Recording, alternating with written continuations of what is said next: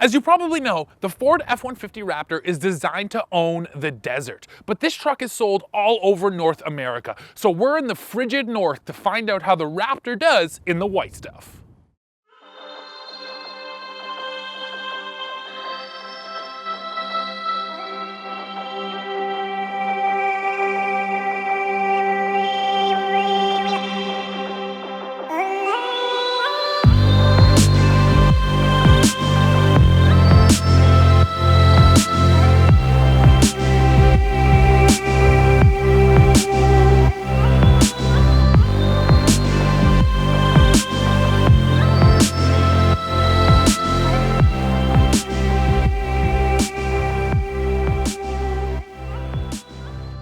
So here we are once again in a 2017 Ford Raptor.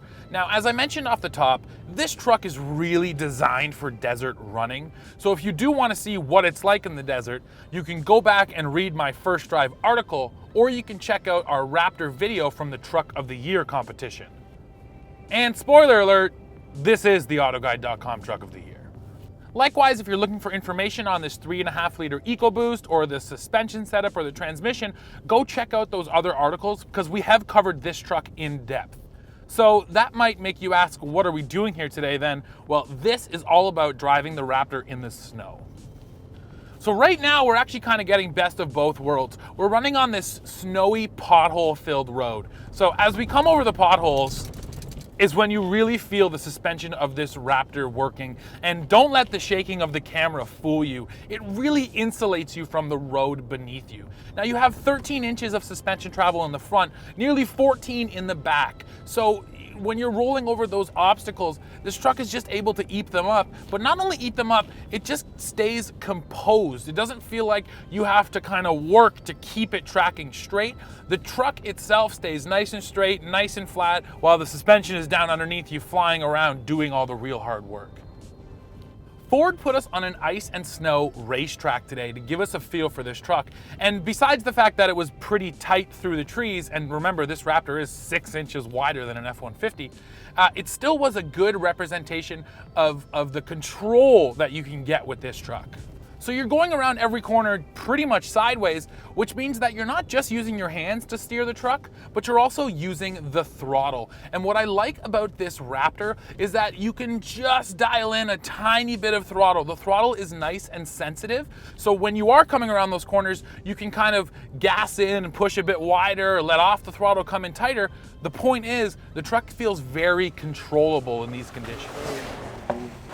A lot of that control also comes with the steering in this truck.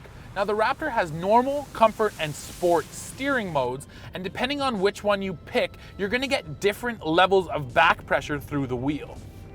Now I had the truck in sport mode for my runs, so what that does is it makes the wheel the stiffest possible. And once again, kind of like the throttle, it allows you to dial in just little inputs as you're drifting through the corner, which is exactly what you want. Now, controlling a slide on ice can be kind of a delicate thing, and you might think that the Raptor would be kind of bullish, but especially with this steering, it's not hard to give it just little inputs and make it go exactly where you want it.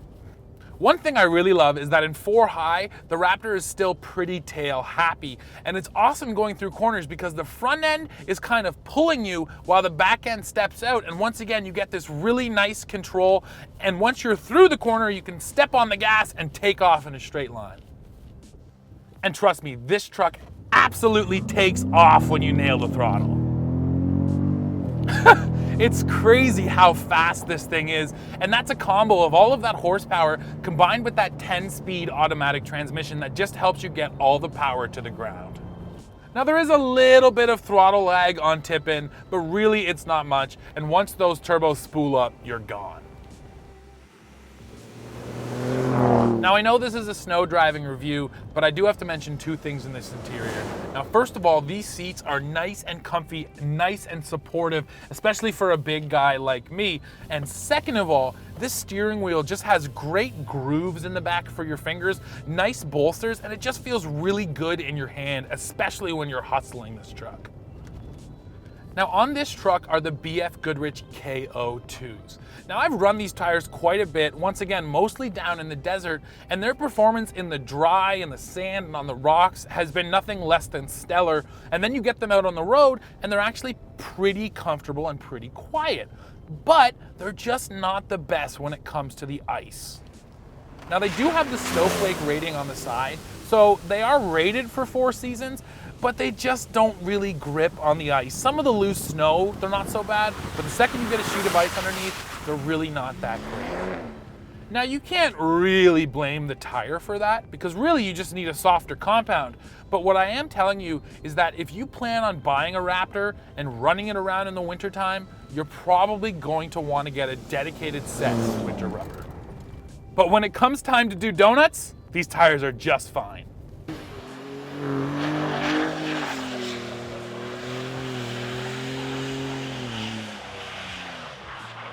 So after a day of driving here in the frigid north, I have one big takeaway.